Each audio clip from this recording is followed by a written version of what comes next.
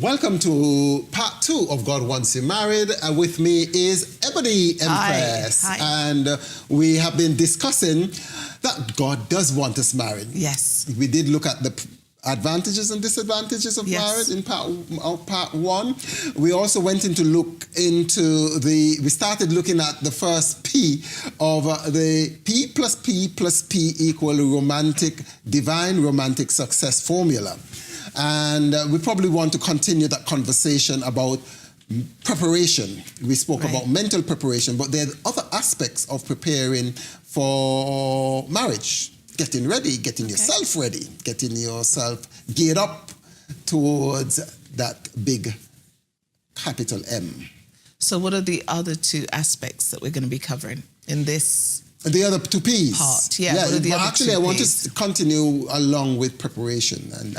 And one of the things I think I want to discuss, which is very, very vital, is actually knowing what you want. Okay. Knowing what you want. What do you want? What are you looking for? A lot of people they're looking for a boyfriend or a husband. They're looking for someone specific, a wife, a girlfriend. But I generally tend to say that you should flip it around. There was a time Jesus was going down the road and a couple of blind men came to him and, wanted a miracle for him. Right. And Jesus said something rather curious. He asked the men, well, what do you want me to do? It was self-evident that the men were blind and they wanted to see. Right. But Jesus forced them by asking them the question, well, what do you want? And the men said, we want to see, and he actually healed them, gave them their sight. The point of that is God also wants us to be clear in our mind. What are you looking for? What are you looking for in terms of a marriage? Many people think about, well, what do they want in a man or what do they want in a woman? I would say, what do you want your marriage to be like? What do you want your home to be like? If you visualize your home, where do you want it to be? How do you want the inner decor to be? What do you expect from a husband or a father? Who's going to be putting the children to bed at night? Who's going to be bathing them? Who's going to be doing the DIY? Who's going to be doing the cooking, washing, cleaning? How do you really want this person to respond to you? How are you going to be responding to them? If you picture that in your mind and you think about what you want and you kind of reverse engineer that, then you will be looking for someone who could fit that role. Yes, that's a really great point. Some really great points that you raised, Hilton. But I wonder in my own mind, how do you come up with a template for the future when you haven't had the experience to design something in terms of a marriage, creating that happy home that you're talking about? Some people are not mature enough to make that decision. Some people have just not been exposed in their lifetime to something that allows them to come up with ideals for a future. So how does that work? Where would you get the ideas from to create something that would help you to have the life that you want? That is a really very valid question. And it's not as difficult as we are making it, as we probably perceive it to be.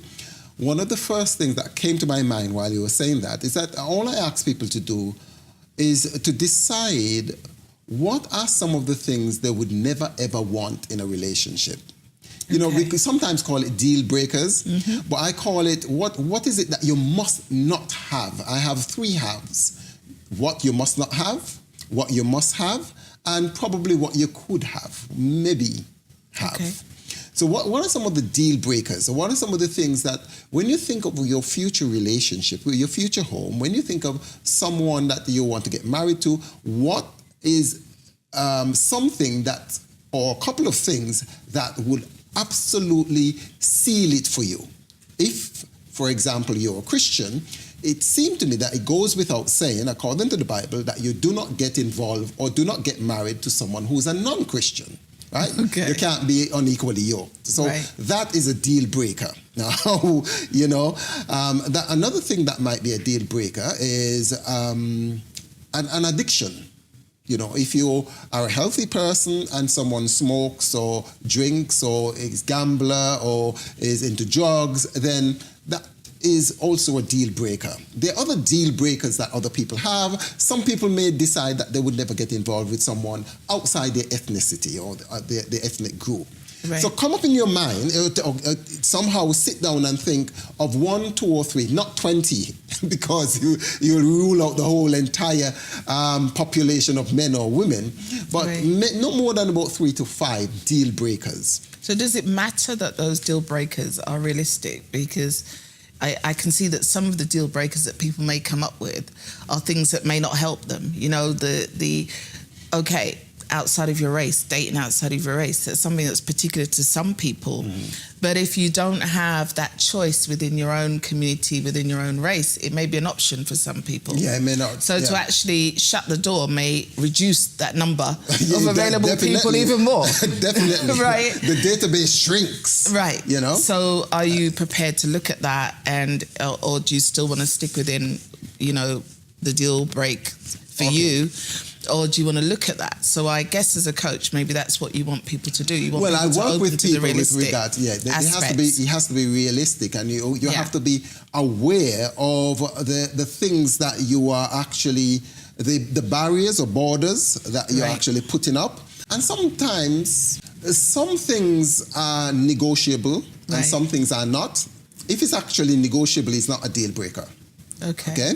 But some people may have something as a deal breaker that is not exactly a deal breaker.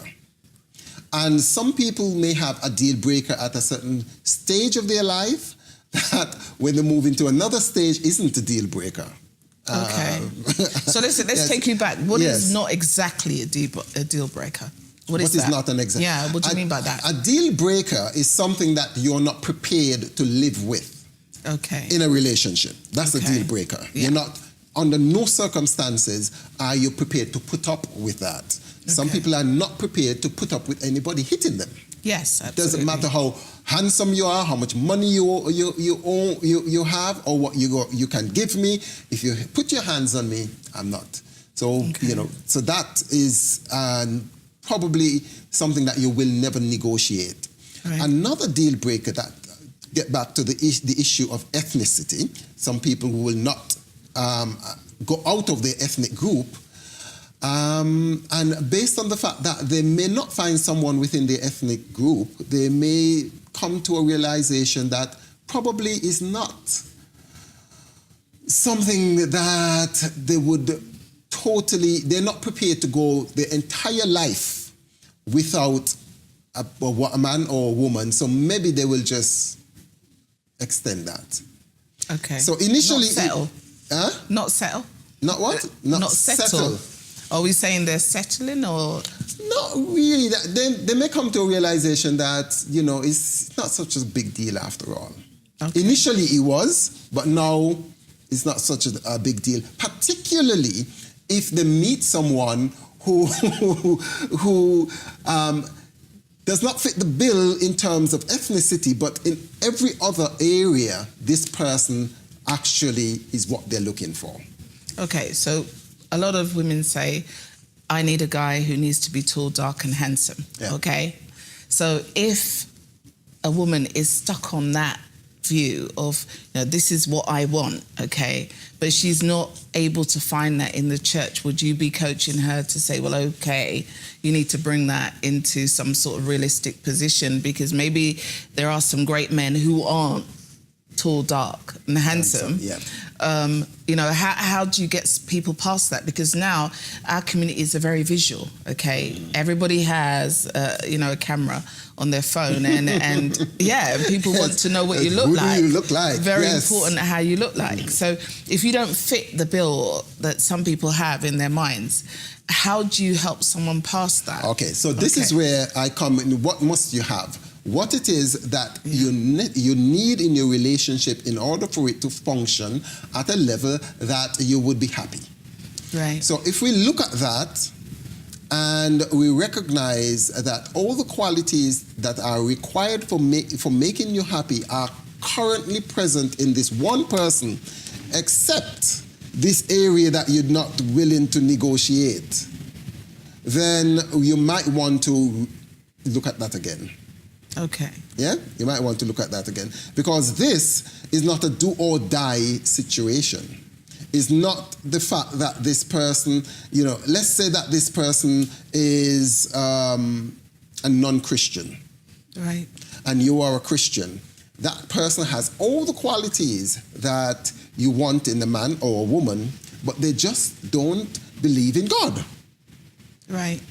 Now, that for a Christian is actually a major deal breaker, because if you get married to that person, even if you are having a wonderful, great time, the fact that it goes against your spiritual belief, it would eat away at you. You will get, and ultimately you will be miserable. Right. You'll be miserable because you're going against the command of a God that you believe in. So basically you're saying it's not all right to marry someone who may decide that it's okay for you to go to church, but, I'll stay at home and watch football, right? So because that's what happens. No, that happens, Yeah. that happens, but biblically speaking, it's a mismatch. And you're Right. going against the thus saith the Lord. Right. Yeah? Because the Bible clearly says that you must not be unequally yoked. Now, if it happens that you are, then we have to actually bring some other principles in place. However, to start out with, it's not a good idea to go against your deal breakers. To round up, you need to be clear about what you want. I recommend that you sit down and think of the type of home that you would like to have. The type of environment that you want in that home, the type of interaction you would like within both you and your husband or wife, with your children. And also, you need to be clear about what we call 3 haves. What you must not have, which are your deal breakers, what you must have, and then the 3rd have, which is just a requirement. So, your preferences. You might want someone who has long hair, but that at the end of the day is neither here nor there. So have those things clearly, lucidly clear in your mind, and it makes it easier to make a decision when you meet someone whether or not that person can fit the role. It also makes it easier when we go on to the other P, which is praying, and how to pray so that your prayers would be successful.